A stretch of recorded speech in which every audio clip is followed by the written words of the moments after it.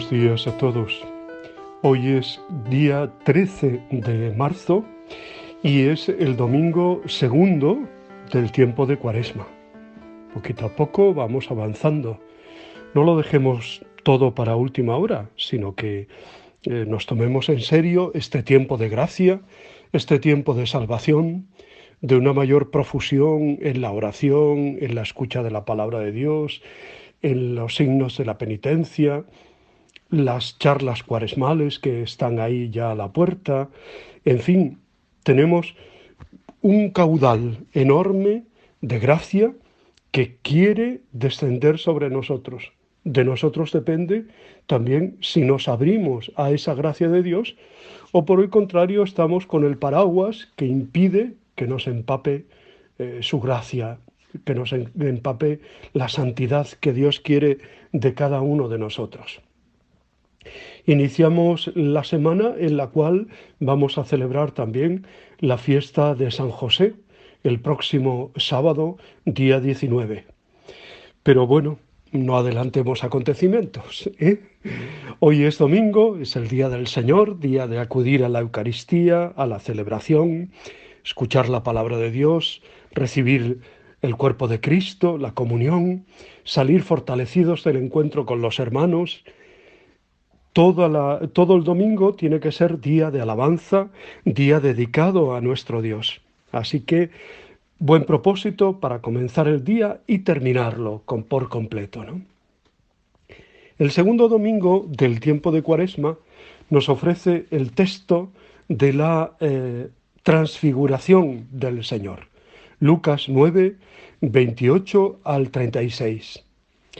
Ocurre esto en la montaña, ¿eh? Dice el texto que Jesús se llevó a sus discípulos y subió a tres de sus discípulos, a Pedro, Santiago y Juan, los escogidos, y subió a lo alto de una montaña para orar.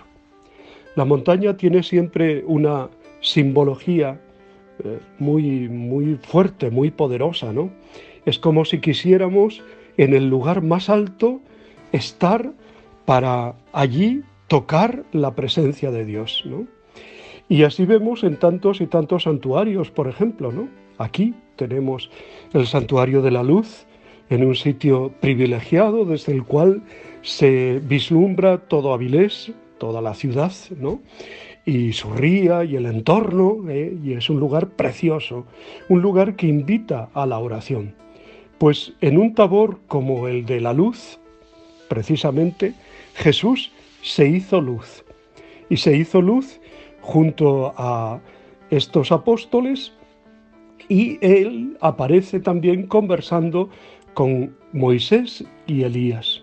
Moisés, que representa a la ley, y Elías, que representa a los profetas, ¿no? El episodio de la transfiguración nos presenta el Evangelio de Lucas, sigue al anuncio de Jesús de su muerte y resurrección. Ya lo había dicho muchas veces y a ellos les costaba entenderlo, ¿no? En este momento, como para contemplar y verificar el sentido del camino que sigue Jesús, sube a lo alto para acercarse a Dios, a la luz de la tradición religiosa, y se lleva con él, como hemos dicho, a Pedro, a Santiago y a Juan. Es muy significativo el apunte que hace Lucas. Mientras oraba, el aspecto de su rostro cambió, sus vestidos brillaban de blanco. Evidentemente no sabemos qué pasó en la montaña, con un rigor histórico podemos decir. No obstante, el Evangelio, sirviéndose de imágenes simbólicas propias de las teofanías, de las manifestaciones, expresa que Jesús, en su oración y en su encuentro con Dios, quedó iluminado, empapado de serenidad, de paz, de confianza, contemplando la perspectiva que le esperaba en Jerusalén. Y bajo la mirada de Dios Padre en Jesús se expresa la profunda experiencia de ser el Hijo amado. En esta narración de la transfiguración de Jesús podemos ver un preludio de su muerte redentora, de su gloria de resucitado y de lo que nosotros esperamos. Es decir, como nos dice San Pablo, que el Señor Jesús transformará nuestra condición humilde según el modelo de su condición gloriosa, con esa energía que posee para someterlo todo. En definitiva, los discípulos también nos representan a todos. Cuando se caían de sueño, el sueño, una imagen de sopor, de cansancio, o bien cuando espabilándose ven reflejada en Jesús la presencia luminosa de Dios y desean quedarse allí arriba y no tener que regresar a la realidad de la vida, o cuando asustados, temerosos, escuchan en la nube que los cubre la voz que dice: «Este es mi Hijo, el escogido, escuchadle». El camino de Jerusalén, de la vida, tiene sentido con Jesús. Dios que camina junto a nosotros con nuestras cruces, siempre reales y con frecuencia incomprensibles. Después de bajar de la montaña, los discípulos, emocionados y transfigurados, guardan silencio, porque cuando has tenido una verdadera experiencia de Dios, necesitas como tamizarla, pasarla, y en ese primer momento, pues guarda silencio para meditarla interiormente, para que el silencio sea como el suelo en el cual germine lo que has vivido. Luego vendrá también el tiempo de decir, contarlo a los demás. Y nosotros, a veces vivimos en la tibieza o en la oscuridad de la fe, como adormecidos, porque nos cuesta reconocer los signos de esa presencia luminosa de Dios en el camino de la vida. Pero a veces tenemos momentos en que vemos las cosas de una manera transfigurada, porque la experiencia de contemplación y de oración nos ayuda a ello, ¿no? Cuando decimos eso, ha pasado un ángel, quizá no sabemos compartirlo lo suficiente, pero la voz del corazón confiado en Dios siempre nos dice, escuchémosle. Así que escuchemos la palabra de Dios, escuchemos a Jesús de todo corazón y para el camino de la vida, porque Él es nuestra luz y nuestra salvación. En definitiva, la Cuaresma es un tiempo de adentrarnos en nuestra realidad pecadora, de intensificar la oración, de orientar nuestra vida al Evangelio, pero todo ello no tendría ningún sentido si no estuviera orientado a la Pascua. Esa es nuestra meta, ese es nuestro objetivo.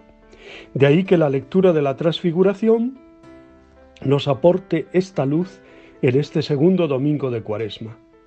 La Iglesia quiere recordarnos cuál es el giro argumental de la historia de Jesús. Tras su pasión y muerte, viene la resurrección. Jesús hace lo mismo con sus discípulos. Les muestra la gloria para que cuando llegue la cruz, ésta tenga sentido. Y nosotros tenemos que comprender también eso, que no hay resurrección sin cruz. Y no puede haber Pascua sin una Cuaresma bien vivida. Y que no se puede hacer un puente del Jueves Santo al Domingo de Resurrección, sino que necesitamos pasar también por el Viernes Santo, por la cruz, por la sepultura del Señor, por toda esa espera. Eso es lo que tenemos delante de nosotros. Bueno, como hice ya el domingo pasado, hoy no les anuncio ningún santo para que quedemos como prendados de este hecho, de la transfiguración, y que cada uno de nosotros también nos transfiguremos llenos del Espíritu Santo, para que seamos santos en medio del mundo, en medio de nuestra realidad, en casa, en la comunidad, en el trabajo, donde quiera que se desarrolle nuestra vida. Transfigúranos, Señor, con tu Espíritu, para que seamos realmente imagen viva de ti. Hoy, por ejemplo, la Iglesia celebra la memoria de San Rodrigo. Rodrigo, presbítero de Córdoba, mártir. Bueno, pues felicidades a todos los que llevan este nombre. Os deseo muy buen día, os abrazo y os bendigo en el nombre del Padre, del Hijo y del Espíritu Santo. Os quiero. no dejemos de pedir por la paz.